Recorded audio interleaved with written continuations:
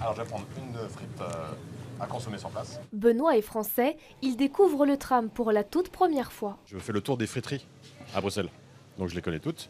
Et je savais que celle-là avait cessé son activité récemment. Et donc comme c'est la réouverture, je viens pour goûter. Et il n'est pas le seul, les clients sont au rendez-vous depuis la réouverture jeudi dernier.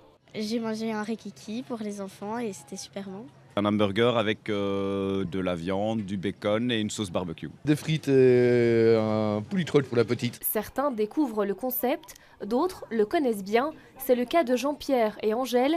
Le temps des travaux, un food truck a été installé. Ces habitués ont continué de soutenir les équipes. On y vient presque tous les dimanches. On est toujours venus, hein. Ouais. Même quand il pleut, on vient. Du côté du personnel, un sentiment de soulagement et le plaisir de servir à nouveau à bord du tram.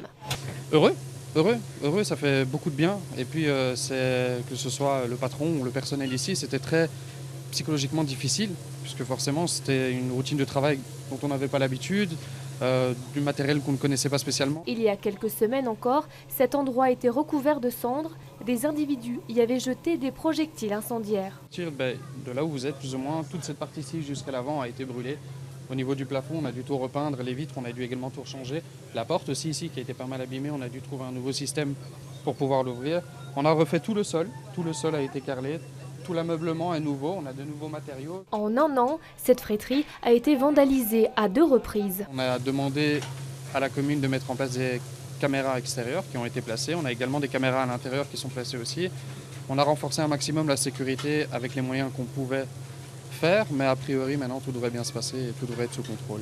Restent quelques ajustements. Le tram sera 100% opérationnel dès la semaine prochaine. Et voilà, s'il vous plaît, un bon appétit.